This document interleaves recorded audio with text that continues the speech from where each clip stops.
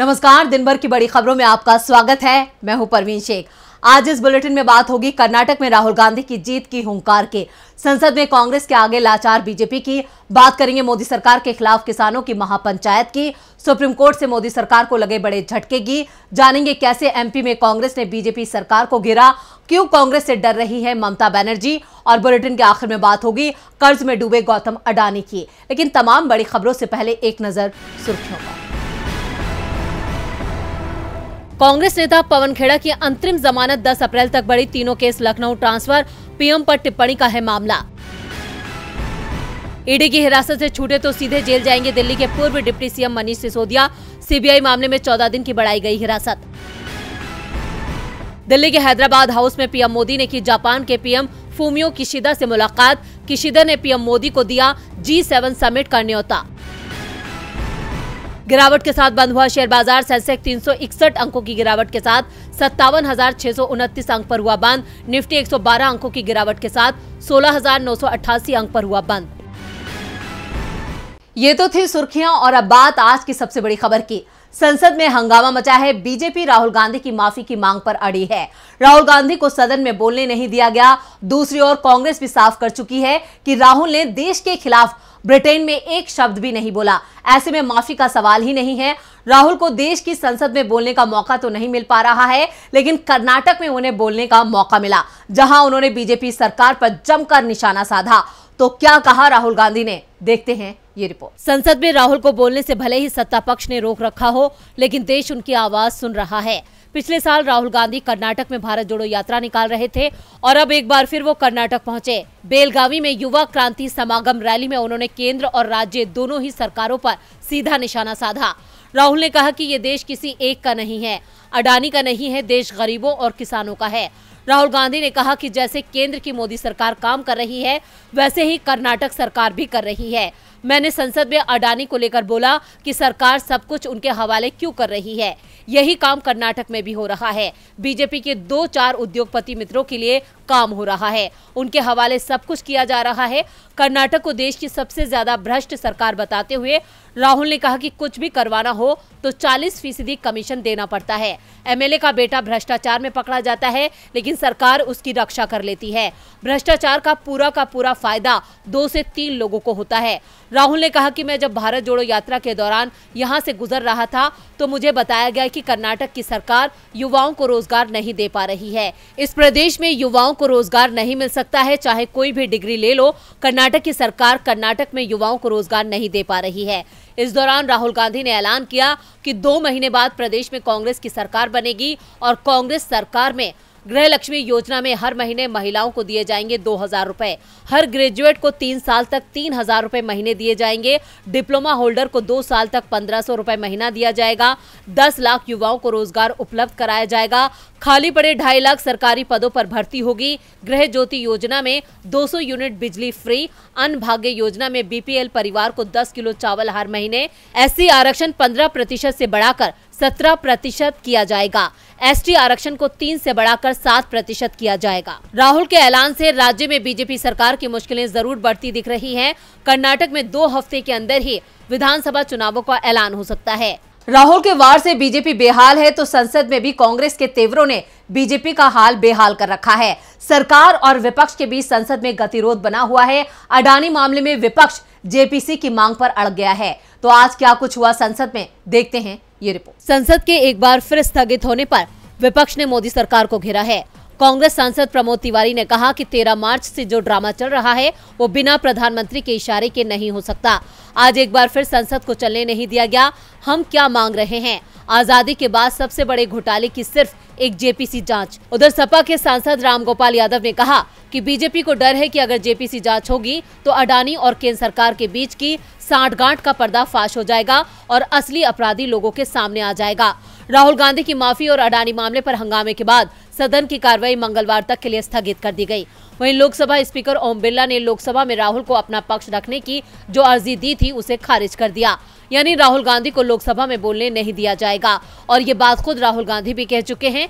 आज संसद शुरू होने से पहले विपक्षी दलों ने कांग्रेस अध्यक्ष मल्लिकार्जुन खड़गे के साथ बैठक की, जिसमें सभी नेताओं ने एक सुर में अडानी मामले की जांच के लिए जेपीसी गठन की मांग को लेकर आवाज उठाने पर सहमति जताई। आज की बैठक में भी ममता बनर्जी की पार्टी तृणमूल कांग्रेस ने दूरी बनाए रखी। ममता का कोई भी सांसद या नेता विपक्षी दलों की आज हुई बैठक में शामिल नहीं हुआ। खड़गे ने आज एक बार फिर मोदी सरकार पर निशाना साधा। उन्होंने कहा, सरकार असली मुद्दों से ध्यान भटकाना चाहती है। यात्रा को पूरे हुए 46 दिन हो गए और वो अब पूछ रहे हैं कि आप किससे मिले थे। लाखों लोग इस यात्रा से जुड़े और राहुल गांधी से मुलाकात की। अब कहा जा रहा है कि आप मिलने वालों की पहचान करिए।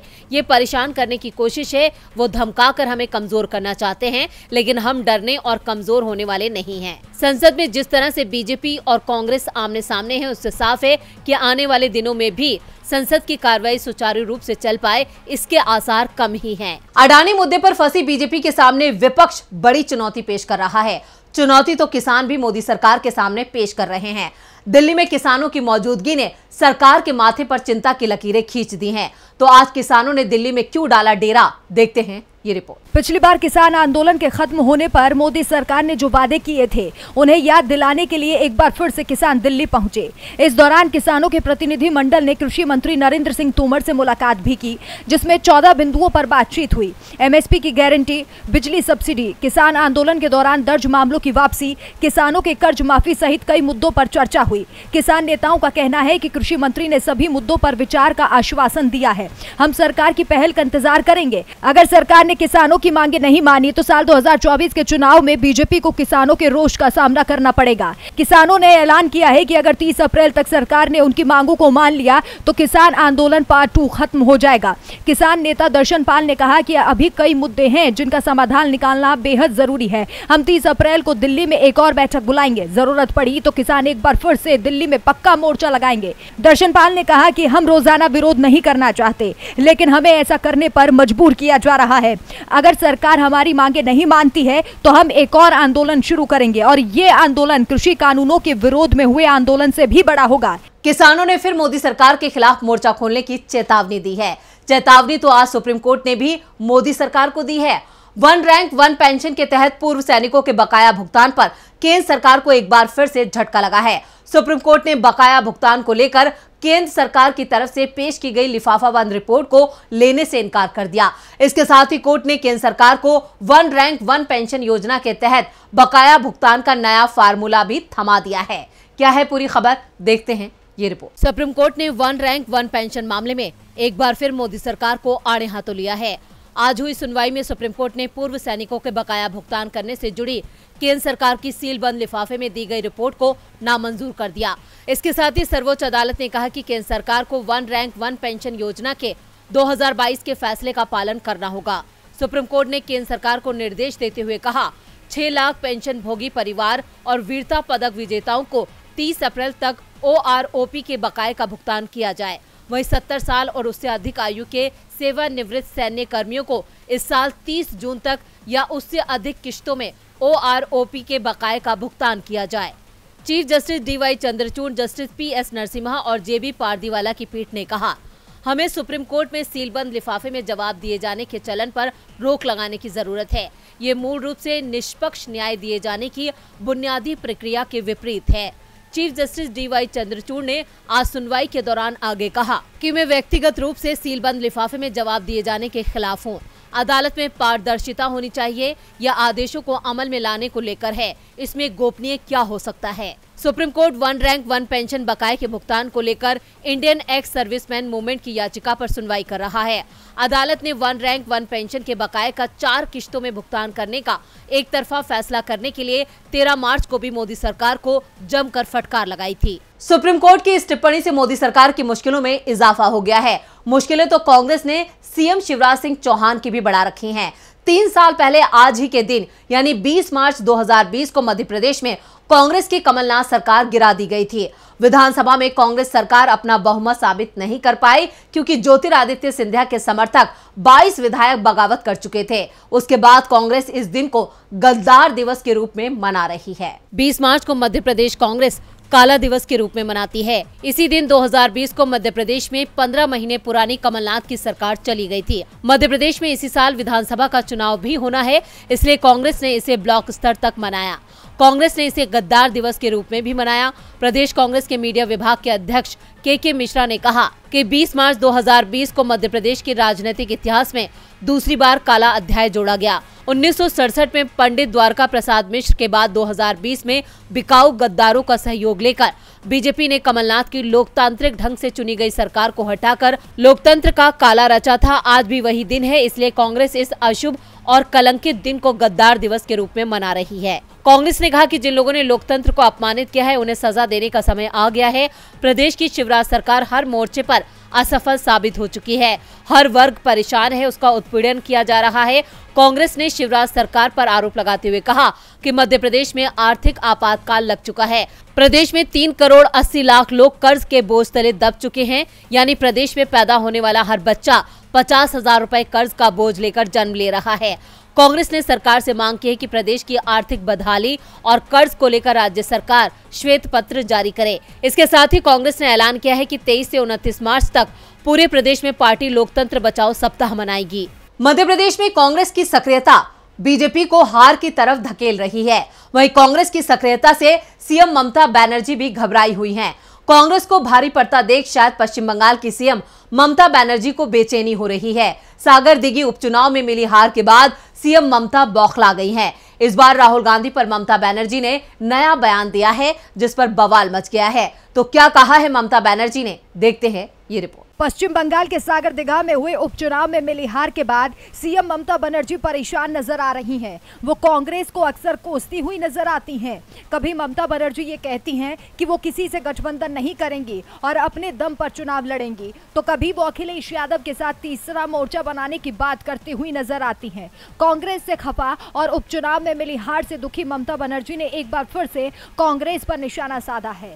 ममता बनर्जी ने राहुल गांधी को लेकर कहा कि विपक्ष के नेता जब तक राहुल गांधी रहेंगे, मोदी को हरा पाना मुश्किल है, क्योंकि राहुल गांधी की आड़ में बीजेपी ज्वलंत मुद्दों से भटका देती है। इसका सीधा मुनाफा बीजेपी को होता है। बीजेपी नहीं चाहती कि संसद चले, क्योंकि वो राहुल गांधी को नेता बनाना चाहती है। अगर राहुल गांधी नेता बने रहे तो नरेंद्र मोदी को कोई खराब नहीं कहेगा। राहुल गांधी नरेंद्र मोदी की सबसे बड़ी टीआरपी है। नहीं तो कभी किसी ने देखा है कि बाहर विदेश में किसी ने कुछ कहा और उसको लेकर यहाँ पर इतना बवाल हो रहा है। वहीं इस बयान के बाद कांग्रेस ने भी ममता बनर्जी को तीखा जवाब दिया है।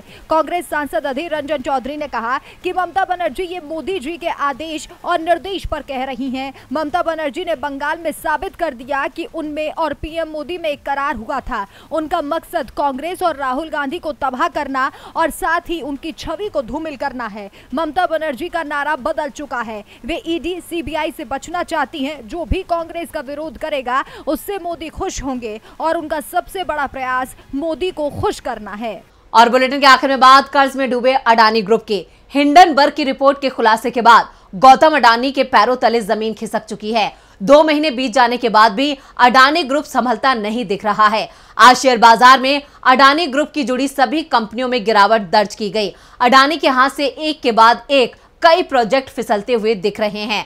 तो कितना हो चुका है अडानी को नुकसान, देखते हैं ये रिपोर्ट। 24 जनवरी को अमेरिका की short selling firm Hindenburg research की एक रिपोर्ट सामने आई, जिसने अडानी ग्रुप को हिलाकर रख दिया। रिपोर्ट में खुलासा किया गया था कि ग्रुप ने शेल कंपनियों की मदद से शेयरों में हेराफेरी की और कई कंपनियों के शेयर उनकी वैल्यू से 85% से ज्यादा है। इस मामले में सुप्रीम कोर्ट जांच समिति बना चुकी है। इन सबके बीच अडानी ग्रुप के हाथों से कई प्रोजेक्ट भी चले गए, तो कई प्रोजेक्टों से अडानी ग्रुप ने खुद ही अपना हाथ पीछे खींच लिया है। इसका सबसे ताजा उदाहरण पेट्रोकेमिकल प्रोजेक्ट है। अडानी ग्रुप ने इसका काम रोक दिया है। माना यह जा रहा है कि पैसे की कमी के चलते ऐसा हुआ। गुजरात के मुंद्रा में इस प्रोजेक्ट पर काम हो रहा था। 34,900 करोड़ के इस प्रोजेक्ट का काम फिलहाल रोक दिया गया है। अडानी ग्रुप ने अपना रेवेन्यू ग्रोथ टारगेट भी आधा कर दिया है। इसके साथ ही निवेशकों का भरोसा जीतने के लिए फ्रेश कैपिटल एक्सपेंडिचर को फिलहाल ठंडे बस्ते में डाल दिया गया है। वहीं दूसरी तरफ हिंडनबर्ग रिसर्च की रिपोर्ट आने के बाद अडानी इंटरप्राइजेस को 20,000 करोड़ रुपए का एफपीओ वापस लेना पड़ा पड़ा था। इसके साथ ही अडानी पावर ने डीबी पावर को खरीदने के लिए की गई डील से पल्ला झाड़ लिया। पीटीसी इंडिया लिमिटेड से भी अडानी ग्रुप को अपना हाथ पीछे खींचना पड़ा। अडानी ग्रुप इस सरकारी इलेक्ट्रिसिटी टेंडर कंपनी के लिए बोली लगाने की तैयारी में था, लेकिन उसने इसके लिए बोली नहीं लगाने का फैसला किया। पीटीसी इंडिया लिमिटेड में 4 सरकारी कंपनियों एनटीपीसी, एनएचपीसी, पावर ग्रिड और पावर फाइनेंस की हिस्सेदारी है।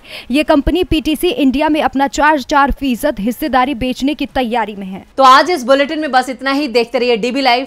नमस्कार।